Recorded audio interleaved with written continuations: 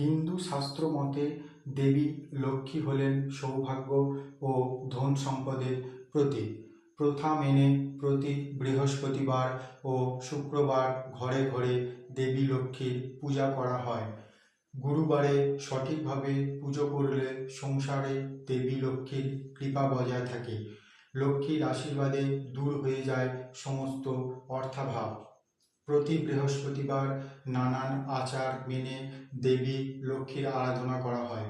শাস্ত্র মতে লক্ষ্মী পুজোর সময় শুদ্ধ আসনে বসে আচমন থেকে শুরু করে পঞ্চদেবতার পুজো করতে হয়। সাধারণত লক্ষ্মী পুজো করা হয় লক্ষ্মী সরা, লক্ষ্মী ঘর, লক্ষ্মী মূর্তি বা মা লক্ষ্মীর ছবিতে। বৃহস্পতিবারের পাশাপাশি শুক্রবারেও লক্ষ্মী পূজা করার নিয়ম রয়েছে। লক্ষ্মী পুজোয় লক্ষ্মীর পাঁচালী থাকা খুবই দরকার। এই পাঁচালী ছন্দময় হয়। পুজো করার আগে প্রথমে দেবীর চরণ ধুয়ে দিতে হয়।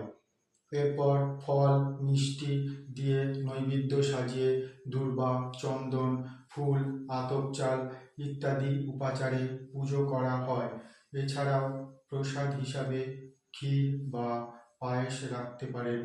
লক্ষ্মী পুজোয় পদ্ম, নারকেল, ক্ষীর বা পায়েস নৈবেদ্য হিসেবে দিতে পারেন। পাশাপাশি প্রদীপ, ধূপ ও ধুনো জ্বালাতে হবে, কিন্তু তুলসী পাতা কখনোই নিবেদন করবেন না, এতে মা লক্ষ্মী দেবী প্রচণ্ড রুষ্ট হন। পুষ্পাঞ্জলি মন্ত্র পড়ে সকলের মাথায় জল ছিটিয়ে হাতে ফুল নিয়ে পুষ্পাঞ্জলি মন্ত্র 3 বার উচ্চারণ করে অঞ্জলি দিতে হবে মা লক্ষ্মী দেবীর চরণে। তারপর দেবী ও দেবীর বাহনকে ফুল অর্পণ করতে হবে। দেবী লক্ষ্মীর পাশাপাশি ভগবান বিষ্ণুরও পূজাও করতে হবে। সঙ্গে কুবেরকে স্মরণ করেও ফুল নিবেদন করতে হবে।